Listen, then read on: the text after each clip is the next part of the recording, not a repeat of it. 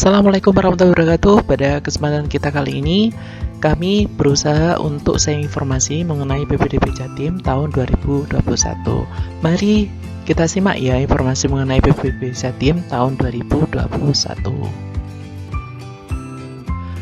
Untuk informasi mengenai jalur PPDB Jatim tahun 2021 untuk jenjang SMA ya akan dibagi menjadi beberapa jenjang ya atau beberapa jalur ya. Yaitu di sini ada 5 jalur. Yang pertama yaitu jalur afirmasi yaitu sebanyak 15%.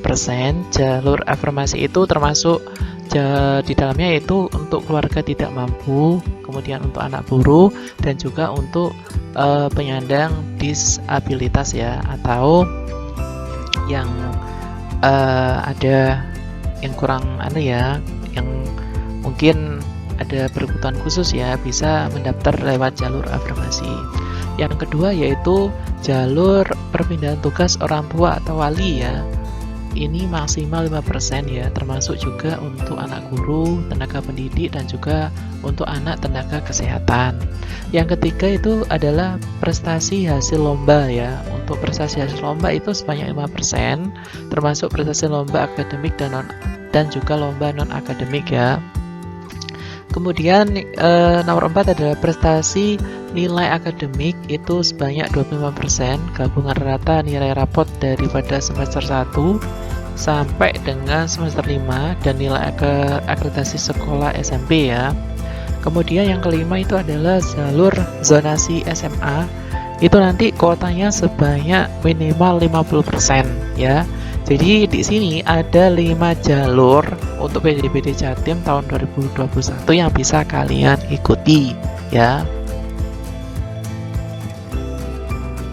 Oke, selanjutnya untuk jalur PPDB Jatim untuk jenjang SMK itu juga hampir sama dengan jalurnya itu hampir sama, ada 5 yaitu melalui jalur afirmasi, perpindahan tugas orang tua wali, kemudian 3 jalur prestasi hasil lomba, kemudian yang 4 adalah prestasi nilai akademik, dan yang kelima adalah zonasi untuk SMA. Tetapi di sini perbedaannya adalah pada besarnya jumlahnya yang diterima ya. Untuk jalur afirmasi itu cuma 15%, perpindahan tugas orang tua atau wali maksimal itu 5%, kemudian prestasi hasil lomba itu 50%, kemudian prestasi nilai akademik itu di sini ada 65%, kemudian zonasi SMK itu cuma ada sekitar 10% ya. Jadi di sini ada perbedaannya. Di sini untuk yang SMK itu lebih pada yang paling banyak kuotanya itu pada prestasi nilai akademik ya, yaitu hampir 65% ya perbedaannya.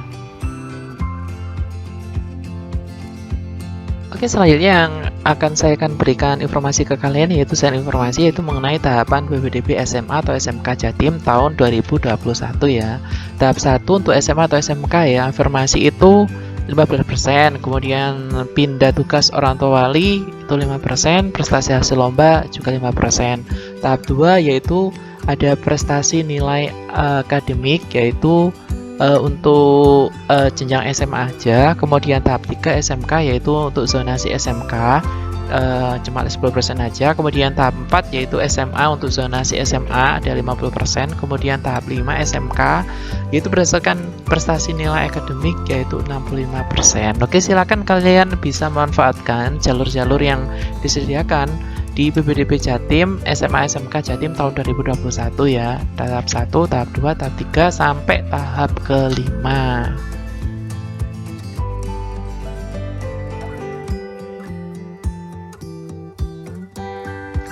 Oke ya, selanjutnya yang akan saya jelaskan kalian yang berusaha untuk saya share informasi yaitu mengenai jalur afirmasi.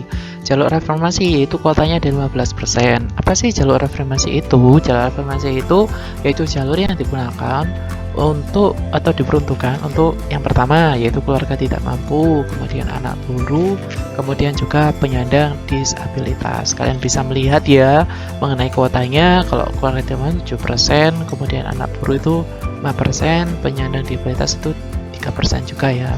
Kemudian di sini ada juga aturan-aturannya yaitu terdapat sebagai penerima program bantuan pemerintah antara lain KIP, KIS, KKS, BPPNT dan lainnya ya. Namun, seleksinya juga masih berdasarkan jarak rumah ke sekolah. Selanjutnya yaitu terdaftar sebagai penerima program bantuan pemerintah dan memiliki tanda keanggotaan serikat buruh ya. Seleksi juga berdasarkan jarak rumah ke sekolah. Masuk dalam kategori difabel dan telah menyelesaikan pendidikan jenjang SMP ya, mendapatkan surat keterangan dari psikolog, psikiater, dokter spesialis, dan sekolah asal yang menerangkan jenis ketunaan siswa ya. Layanan bagi penyandang disabilitas berdasarkan pada sekolah yang sudah ditunjuk, sedangkan sekolah lain dapat menerima siswa sebagai layanan yang ada ya.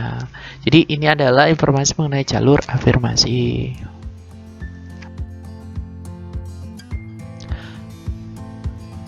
Oke, selanjutnya ya, saya akan berusaha untuk sharing informasi mengenai jalur pindah tugas orang tua atau wali ya.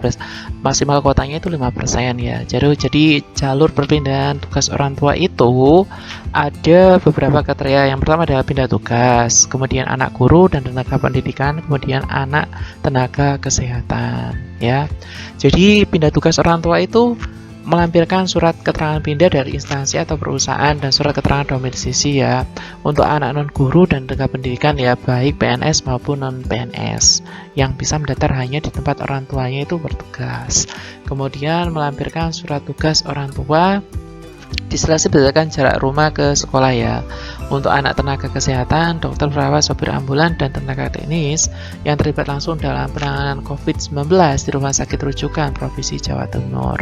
Ini bisa juga mendaftar dan dibuktikan dengan adanya surat keterangan dari direktur rumah sakit dan juga masih tetap diseleksi berdasarkan jarak rumah ke sekolah. Selanjutnya yang akan saya berusaha untuk sharing informasi yaitu jalur prestasi hasil lomba ya. Jalur prestasi hasil lomba itu kuotanya ada 5% ya. Jadi di sini kalian bisa lihat mengenai grafiknya yaitu jalur prestasi hasil lomba 5%, SMA dalam zona atau zona yang berbatasan, dan juga SMK dalam atau luar zona ya. Hanya dapat memilih satu sekolah saja. Lomba akademik 2% dan lomba non akademik itu 3%. Syarat-syaratnya gimana? Yang pertama ya, perlombaan atau kejuaraan yang dilaksanakan baik secara berjenjang atau tidak berjenjang. Kemudian 2, diselenggarakan oleh instansi pemerintah atau swasta di tingkat kabupaten atau kota, provinsi atau nasional dan internasional. 3, diberikan skor dengan ketentuan tertentu dari seluruh jenis perlombaan atau kejuaraan. 4, diprioritaskan prestasi kategori perorangan atau individu. Jika kuota tidak terpenuhi, maka dilakukan seleksi pada prestasi kategori bergu. 5, prestasi bergu jumlah yang terima di setiap satuan pendidikan maksimal 2 anak dari setiap jenis perlombaan. 6, verifikasi dan legalisasi sertifikat atau piagam dilakukan oleh kepala sekolah asal ya. Apabila di dalam sertifikat tidak tertulis jenjang lomba, maka harus dilampiri surat keterangan dari kepala sekolah asal tentang jenjang lombanya itu apa.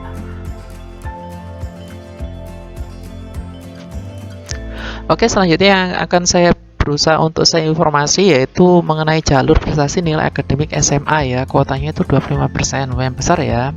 Jadi jalur prestasi nilai akademik SMA itu adalah gabungan rata nilai rapor semester 1 sampai dengan semester 5 dan nilai akreditasi sekolah asal ya, jadi SMP.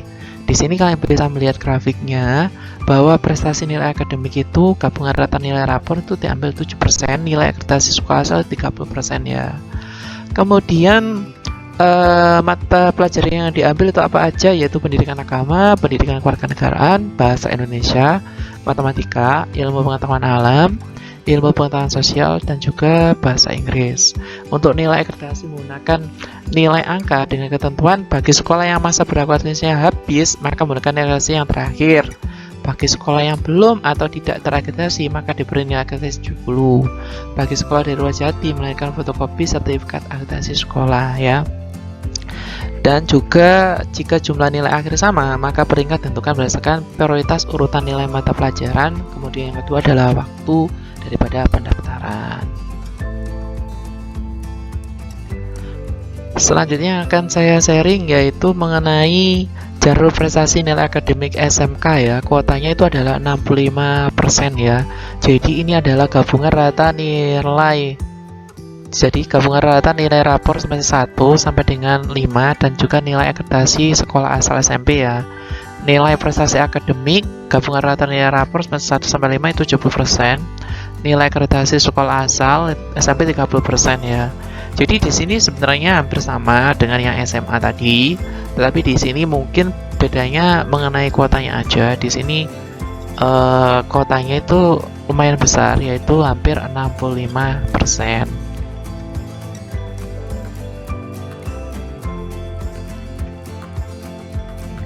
Oke ya, untuk selanjutnya ya, saya akan berusaha untuk memberikan informasi mengenai jalur zonasi SMA. Kuotanya itu minimal 50% ya. Bagaimanakah aturannya? Bisa kalian lihat di sini ya. Jadi yang pertama adalah sekolah dalam zona dapat memilih pendaftar dari dan dalam luar zona pada zona yang berbatasan.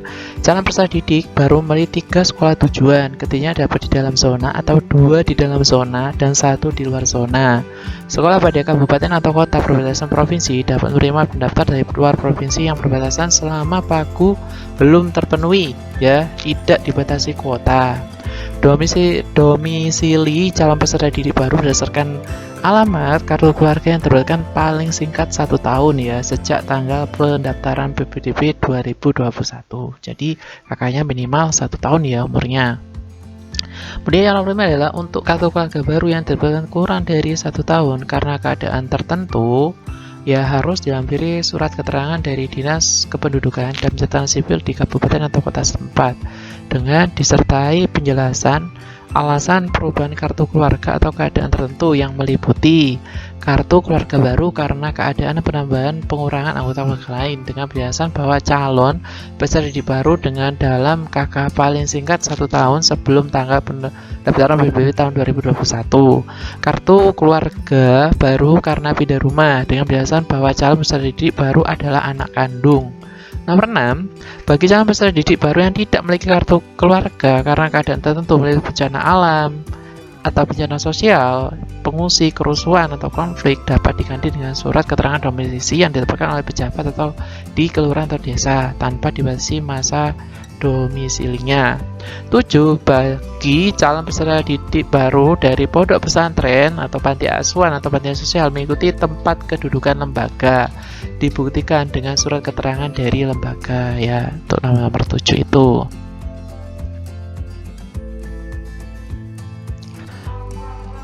Untuk jalur zonasi SMK, kuotanya itu maksimal adalah 10%. Untuk aturannya itu hampir sama dengan yang ada di SMA ya. Perbedaannya mungkin di sini mungkin kuota maksimalnya cuma 10% ya untuk jalur zonasi SMK ya. Jadi hampir sama dengan jalur zonasi SMA. Jadi seperti itu mungkin informasi yang bisa saya share untuk informasinya. Mungkin jika ada pertanyaan silahkan kalian tinggal aja komen di link yang ada di bawah ini di kolom komentar yang ada di channel saya. Oke, mungkin itu aja yang bisa saya sharing informasi. Terima kasih banyak. Assalamualaikum warahmatullahi wabarakatuh.